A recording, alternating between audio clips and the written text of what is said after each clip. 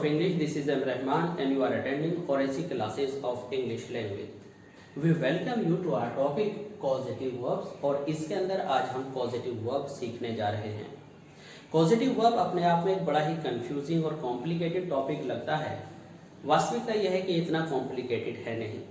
इसके कुछ रीजंस हैं कॉम्प्लिकेशंस हमें फील होने के, क्योंकि हमें सीधे सीधे सेंटेंसेस बनाने की आदत होती है। जनरली जो हम ट्रांसलेशन करते हैं हमें इतना पता होता है कि यहाँ पर सब्जेक्ट है, फिर हमारी वर्ब आती है, फिर ऑब्जेक्ट आता है और तीनों को हम प्लेस कर देते हैं। एग्जाम्पल के तौर पर अगर हम वर्ब को लेकर के बात करें तो वर्ब 13 टाइप की होती हैं। अब इनमें से एक वर्ब पॉजिटिव है। पॉजिटिव वर्ब के अंदर हम क्या करते हैं, दूसरे से काम करवाते हैं। तो एग्जाम्पल के तौर पर हम एक सेंटेंस लेते हैं जो कि पॉजिटिव बेस नहीं है। हमने कहा मैंने एक लेटर लिखा, तो किसने लिखा, मैंने। किसको लिखा, लेटर को लिखा, ठीक है। और टेंस आई सेकंड फॉर्म, क्योंकि पास की बात है, तो आई रोट अ लेटर। तो आई हु का आंसर आई है, और किसको लिखा, व्हाट, विच या हुम, जो भी आंसर आएगा वो ऑब्जेक्ट हुआ आपका। लेकिन अगर हम कहें मैंने अपने स्टूडेंट से एक लेटर लिखवाया, तो अब यहाँ पर हमको कंफ्यूजन हो जाता है कि मैं किसने लिखवाया, मैंने, किसने लिखा, स्टूडेंट्स ने। तो अब वास्तव में सब्जेक्ट आई है या यू है। दूसरी गड़बड़ी यहाँ से शुरू होती है कि जो लिखवाया के अंदर जो टेंस आता है आपका, वो टेंस हम लिखने में यूज कर देते हैं। जो भी होता है ये भी एक बहुत बड़ी एरर होती है। आइए यहाँ पर सीखते हैं किस तरह के सेंटेंसेस को किस तरह से हम अच्छे से ट्रांसलेट करें। देखिए, मैंने आपको पढ़ाया, ठीक है। तो यहाँ पर आई सब्जेक्ट हुआ। सब्जेक्ट को आइडेंटिफाई कैसे करते हैं, ये हाथों हाथ यहाँ समझ लेते हैं। आपने अगर क्वेश्चन किया हु, तो हु का जो आंसर निकल कर आता है वो सब्जेक्ट होता है। और जब आप किसको का आंसर करें, अगर आप हिंदी जानते हैं और आप पूछें किसे या किसको, तो किसे या किसको का जो आंसर होता है वो आपका ऑब्जेक्ट होता है, ठीक है। तो आई सब्जेक्ट हो गया, टॉट सेकंड फॉर्म हो गई, यू ऑब्जेक्ट हो गया, तो आई टॉट यू सिंपल सा हो गया। लेकिन अगर हमारे पास सेंटेंस है मैंने आपसे पढ़वाया, तो पढ़ाने के लिए सब्जेक्ट वन मैं आई हुआ, पढ़ाने के लिए आप हुए। तो अब यहाँ पर कंफ्यूजन है कि सब्जेक्ट की प्लेस पर कौन आए और किस तरह से इसको हम सिंटैक्स में डालें, कैसे इसका स्ट्रक्चर बनाएं। तो आइए समझते हैं। जब हम कोई काम सीधे सीधे खुद ना करके किसी से करवाते हैं तो इस तरह का स्ट्रक्चर होता है। ये आपको लर्न कर लेना है। हमारे पास दो ऑप्शन है, पहले हम मेन को ले लेते हैं। तो सबसे पहले हमने लिया सब्जेक्ट, उसके बाद जो हमारा मेन सब्जेक्ट है किससे करवा रहे हैं ये हम जो है 2 नंबर पर रखेंगे। उसके बाद आप लिखते हैं मेक। इसके बाद मेक का ऑब्जेक्ट क्या है, ठीक है, देखिए यह है ऑब्जेक्ट। अब ये जो आप हैं, मैं काम करवाऊंगा आपसे बट पढ़ाएंगे आप, तो पढ़ाने के लिए आप सब्जेक्ट हैं, मेरे लिए आप ऑब्जेक्ट हैं। तो ये आएगा आई यहाँ पर, जो आपका S1 है, सब्जेक्ट 1 है, वो यहाँ पर आएगा। और ये जो टेंस है, तो पढ़ाना मतलब टॉट, तो टॉट हमें हमेशा देता है कि यहाँ पर हमें वर्ब लिखनी है, तो वर्ब को हम सेकंड फॉर्म कर देंगे, बस यहीं पर एरर आ जाएगा। तो यहाँ पर जो मेक है, ये जो स्टैंडर्ड वर्ड मेक आपने अपने आप से लिखा है स्ट्रक्चर में, जो भी यहाँ का टेंस होता है यह अपने ऊपर ले लेता है। मैंने आपसे पढ़वाया, तो यहाँ पर क्या आया, यू, आई मेड यू। अब यहाँ पर ये बहुत बड़ा कंफ्यूजन है कि यू नॉमिनेटिव केस मतलब सब्जेक्ट पर भी यू होता है और ऑब्जेक्टिव केस पर भी यू होता है। तो हम अगर आपकी जगह यहाँ लिख लें उससे पढ़वाया, तो सब्जेक्ट पर ही होता है या शी होता है, ऑब्जेक्ट पर हर होता है या हिम होता है। तो यहाँ पर आप लिखें, तो यहाँ पर आपने कर लिया हिम, उसके लिए हमने इसको मैस्कुलिन जेंडर मानकर कर लिया हिम, तो क्या हो गया, आई मेड हिम। अब पढ़ाने के लिए आपको हमेशा फर्स्ट फॉर्म यूज करनी है, तो क्या हो गया, आई मेड हिम टीच।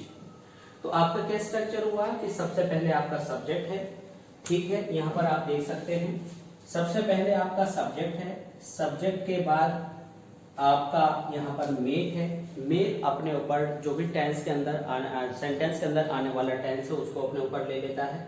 उसके बाद आपका यहाँ पर इनडायरेक्ट ऑब्जेक्ट, इनडायरेक्ट का मतलब है सजीव ऑब्जेक्ट या लिविंग ऑब्जेक्ट यहाँ पर आता है। और हमेशा जो आपको पास्ट इनडेफिनिट जैसी वर्ब लग रही थी वह वर्ब हमेशा हमेशा कैसी होती है, फर्स्ट फॉर्म में होती है। Let's have some other instances. वो दूसरे एग्जांपल्स यहाँ पर देख लेते हैं, जैसे कि है उसने मुझसे एक लेटर लिखवाया,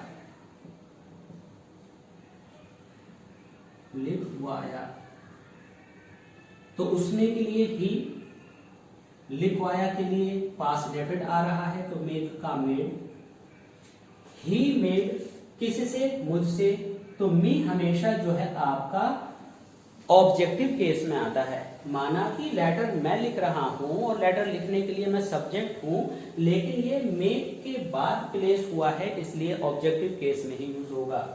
मी राइट अ लेटर। तो आपने क्या देखा, सबसे पहले सब्जेक्ट में अपने ऊपर वर्ब को ले लेगा, जो भी वर्ब टेंस में आएगी, जो भी टेंस आएगा उस टेंस को अपने ऊपर ले लेगा। आपको फिर यहाँ पर जो लिविंग ऑब्जेक्ट है या इनडायरेक्ट ऑब्जेक्ट है वो लिखना है। उसके बाद वर्ब की हमेशा फर्स्ट फॉर्म लिखनी है और फिर जो भी non living object, direct object, whatever जो बचा है वो सारा आप बाद में लिख देते हैं। इसके बाद हम यहाँ पर समझते हैं कि कॉज का यूज कैसे करें। तो कॉज का यूज भी हम जब भी करते हैं जबकि हमारा जो ऑब्जेक्ट है वो सजीव हो। तो इसका स्ट्रक्चर इस तरह से होता है, subject plus cos plus indirect object. Indirect object का मतलब कोई भी सजीव ऑब्जेक्ट और इसके बाद हमेशा वर्ब की फर्स्ट फॉर्म और जो आपका rest part of the sentence को। लेकिन इसमें एक बात याद रखनी है, जब कॉज अपने ऊपर टेंस को लेता है तो कॉज्ड, कॉजेज, विल कॉज, जो भी अलग अलग टेंस के अकॉर्डिंग आएगा। इनडायरेक्ट ऑब्जेक्ट के बाद आपको यहाँ पर टू एक्स्ट्रा लगाना होता है, ठीक है। ये फर्स्ट फॉर्म आप नहीं करते, आपको टू जरूर लगाना होता है जब आप कॉज का यूज करते हैं। ये आप बिल्कुल अच्छे से समझ लीजिए। इसके ऊपर भी कुछ एक्सपेरिमेंट करते हैं। मान लीजिए कि हमारा सेंटेंस है कि वह मुझसे कहानी पढ़वाता है, वह मुझसे कहानी पढ़वाता है। तो कौन, ही पढ़वाता है तो टेंस मिला, टेंस कॉज के ऊपर आ गया। कौन पढ़ता है कहानी, मैं आपका ऑब्जेक्टिव केस में आएगा, ठीक है। रीड अ स्टोरी, ठीक है। और अगर कहानी होगा तो स्टोरीज हो जाएगा। तो यहाँ पर क्या हुआ, कॉजेज आने पर आपको टू एक्स्ट्रा लगाना होता है। अगर आप इसे इंटरोगेटिव बनाएंगे तो बिल्कुल सिंपल है, आप जैसे कि यूजुअल आपका स्ट्रक्चर होता है वैसे आप यूज करेंगे। एस हट जाएगा यहाँ पर एस लगेगा, me to read a story. तो आई होप कि ये वाला पार्ट जिसमें मेक और कॉज हमेशा आपके सजीव ऑब्जेक्ट से पहले टेंस लेकर बनता है, के बाद हमेशा फर्स्ट फॉर्म आती है, मेक के बाद हमेशा फर्स्ट फॉर्म आती है और कॉज अगर आप लगाते हैं तो टू आपको एक्स्ट्रा लगाना होता है। यहाँ पर एक हमारे पास दूसरा स्ट्रक्चर है। इस स्ट्रक्चर में हमें क्या देखना है स्टूडेंट्स, इस स्ट्रक्चर में हमें देखना है कि सबसे पहले हमारे पास सब्जेक्ट आया, सब्जेक्ट के बाद आपकी जो है यहाँ पर दो वर्ड दिए हुए हैं, या तो आप गेट यूज कर लें या आप हैव यूज कर लें, ठीक है। जो भी इसका जो टेंस यहाँ पर है, जो आपको करवाने में रिपेयर कराने की जगह पर जो टेंस आनी है वो एक्चुअली रिपेयर कराने की जगह आनी ही नहीं है, वो टेंस आपकी इन दोनों में से किसी एक के ऊपर आनी है। इसके बाद आप डायरेक्ट ऑब्जेक्ट में और डायरेक्ट ऑब्जेक्ट लगाने के बाद आप क्या करते हैं, जो ये वर्ब आपको जो मेन वर्ब जैसी नजर आती है उसमें आप हमेशा वर्ब की थर्ड फॉर्म ही करते हैं।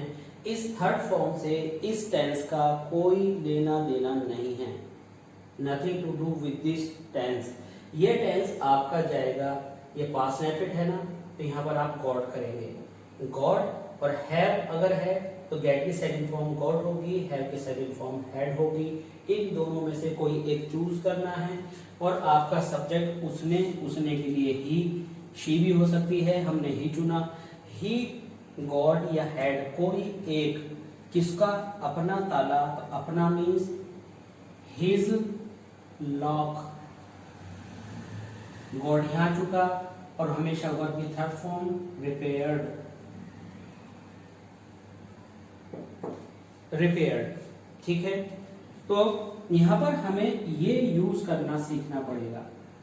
अगर मान लीजिए यहाँ पर कराया था पास्ट परफेक्ट होता तो फिर क्या करते आप, यहाँ पर वर्ब को लेकर के कंफ्यूजन होता है।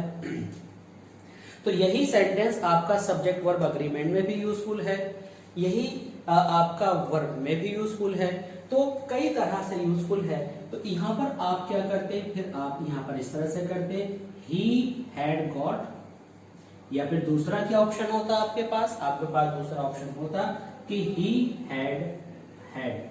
अब ये स्टूडेंट्स को बड़ा अजीब लगता है, अगर कॉम्पिटिटिव लेवल पर ये सेंटेंस आपको दे दिया जाए और इसमें एरर हो तो आप कहेंगे ये हैड दो बार क्या है।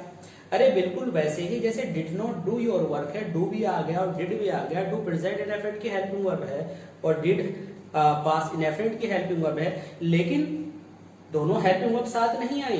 पास्ट इंडेफिनिट की डिड हेल्पिंग वर्ब के साथ डू मेन वर्ब के फर्स्ट फॉर्म के रूप में काम आया है। वैसे ही अगर आप हैव की वर्ब देखें तो हैव की क्या वर्ब्स होती हैं, हैड और हैड होती हैं। तो यहाँ पर हैड तो पास्ट परफेक्ट का हेल्पिंग वर्ब है और हैड आपकी थर्ड फॉर्म है, बिल्कुल वैसे ही जैसे कि यहाँ पर आपकी जो है गॉट वर्ब होती थी, और बाकी सारा आपका एज इट इज रहेगा।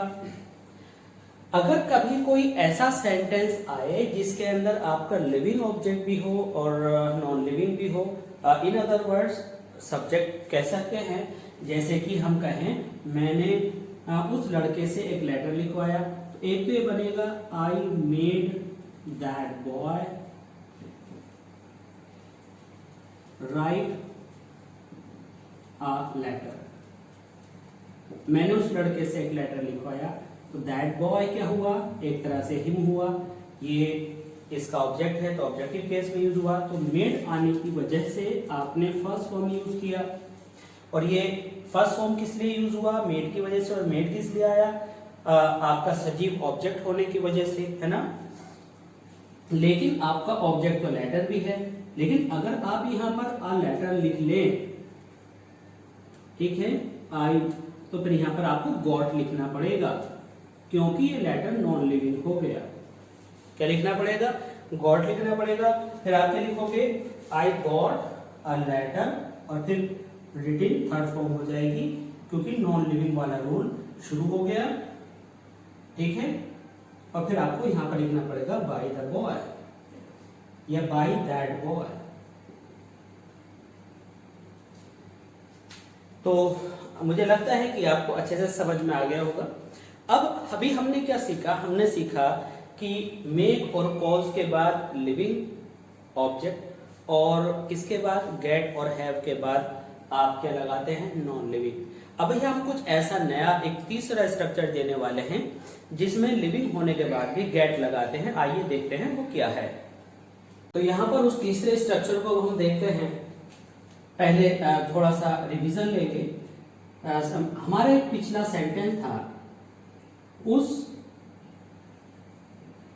लड़के ने मुझसे एक सेंटेंस ट्रांसलेट कराया, तो यहां पर कौन सा रूल हुआ, that boy made me, made आ गया, मी तो फर्स्ट फॉर्म आएगी, ट्रांसलेट अ सेंटेंस, ठीक है। मेड आने पर अगर यहां पर कराया है होगा तो कैसे बन जाएगा, ये हो जाएगा हैज मेड। तो जो वर्ब है वो मेड के ऊपर आ गई, एक बार फिर जैसे आपको बता रहे आ गई। अब इसके बाद यह मुझसे करवाया, तो मी ने ये काम किया, तो कितने सब्जेक्ट हुए, पहला उस लड़का, ठीक है। हालांकि हमने यहाँ पर ऑब्जेक्ट पर रखा हुआ है, लेकिन कराने के लिए मैं इसे सब्जेक्ट मान रहा हूं थोड़ी देर के लिए, तो क्या हो गया सब्जेक्ट टू। अब हम एक ऐसा सेंटेंस ले रहे हैं जिसमें थ्री और होगा, जैसे कि उसने अपने दोस्त को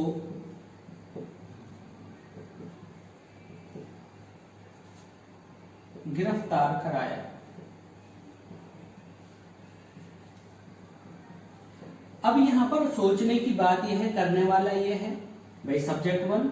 अब गिरफ्तार कौन करेगा भाई, ये तो गिरफ्तार जो है, जो दोस्त है वो तो इस गिरफ्तार का ऑब्जेक्ट हो गया।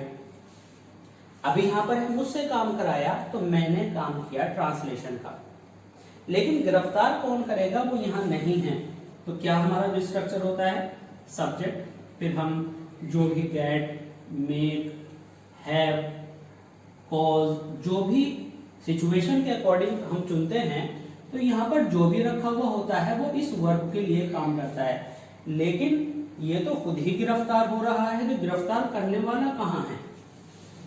तो जब आपको दूसरी जगह पर काम करने वाला नहीं मिलता, तो आप वहां पर लिविंग ऑब्जेक्ट होने के बावजूद भी गेट और हैव का ही यूज करते हैं।